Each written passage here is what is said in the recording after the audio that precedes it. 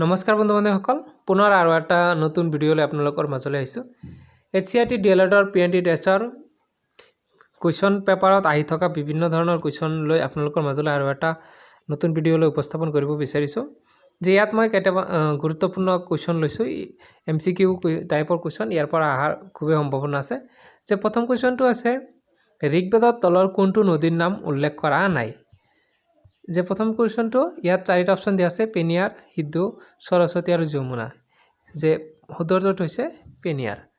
তাৰপিছত 12 নম্বৰ কুৱেশ্যনটো আহিছোঁ, শ্ৰী মহাভাগৱত গীতা সৰ্বপ্ৰথম কি ভাষাত লিখা হৈছিল? সংস্কৃত, পালি, প্ৰাক সংস্কৃত, প্ৰাকৃত ভাষাত নহয়, এটাও নহয়, সংস্কৃত ভাষাত লিখা হৈছিল।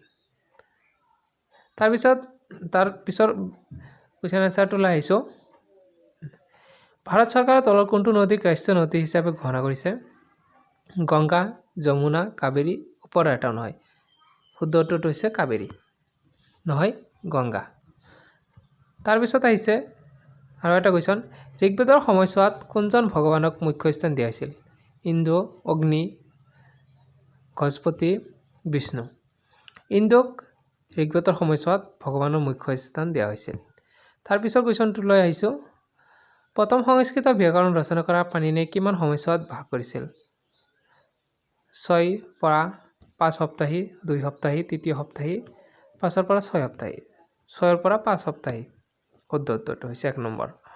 তাৰপিছৰ কুৱেশ্যনটোলৈ আহিছোঁ, তলৰ কোনখন উপনিষদৰ পৰা সত্যমেৱ জয়ন্তু শব্দটো লোৱা হৈছিল?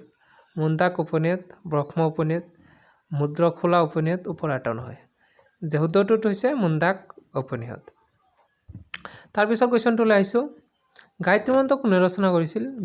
বিশ্বামিত্ৰ, ইন্দ্ৰ, পৰীক্ষিত, বশিষ্ঠ। যে বিশ্বামিত্ৰ, শুদ্ধটো হৈছে বিশ্বামিত্ৰ।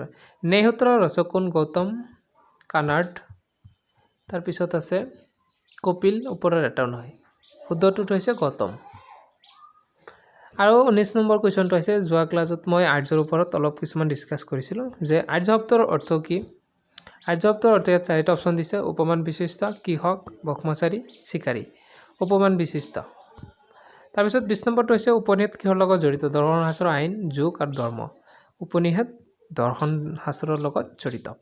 তাৰপিছত কুৱেশ্যনটোলৈ আহিছে 21 নম্বৰ, যোগ দৰ্শন শাস্ত্ৰ কোনে পুংখানুপুংখভাৱে বৰ্ণনা কৰিছিল? পতঞ্জলি, গৌতম, ৰাইমিনী আৰু মনু। পতঞ্জলি। শুদ্ধটো হৈছে পতঞ্জলি। পিছৰ কুৱেশ্যনটোলৈ আহিছোঁ, ঘট শব্দটো পোনপ্ৰথমে ক'ৰ পৰা লোৱা হৈছিল? ঋগ্বেদ, সামবেদ, অৰ্থৱবেদ, এটাও নহয়। ঋগ্বেদৰ পৰা লোৱা হৈছিল। শুদ্ধটো হৈছে ঋগ্বেদ। ভগৱান ভদ্ৰৰ কোন স্থানত মৃত্যু হৈছিল?